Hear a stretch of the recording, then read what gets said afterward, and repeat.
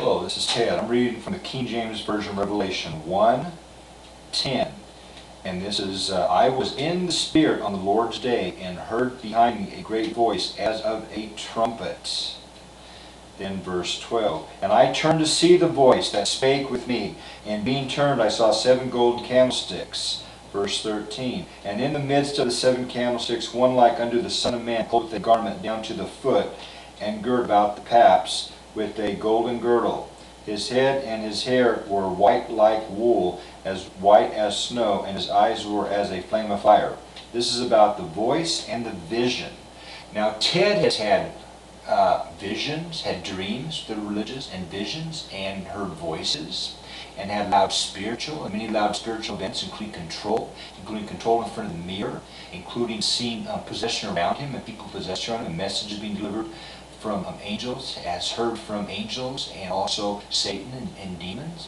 And is Ted mental? Is this from poison or drugs that are involuntary or voluntary, and a drug-induced or poison and or drug-induced psychosis? Is this a mental problem?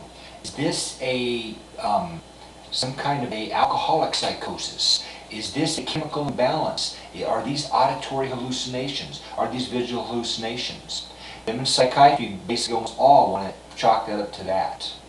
And also Ted's ex-Kurtz family chalked it up to that after a while, including some Seventh Adventist clergy that gave them advice that this is what that was, including Donald Smith and Gary Venden from the Glendale Seventh Adventist Church. Therefore, they interfered and ended up getting Ted committed to a mental institution for a year, to an insane asylum, terribly persecuted by atheists, by Nazis, by Satanists, by evil humans, by mean humans. They treated Ted very badly in there and forced him to take medications against his will that also do brain damage. And in fact, the physician's desk reference and the FDA warnings tell you they do some kind of damage. They don't know all the side effects. They don't understand these meds. Ted was forced to take chemicals and pharmaceuticals against his will too. That's worse than prison. That is much worse than prison.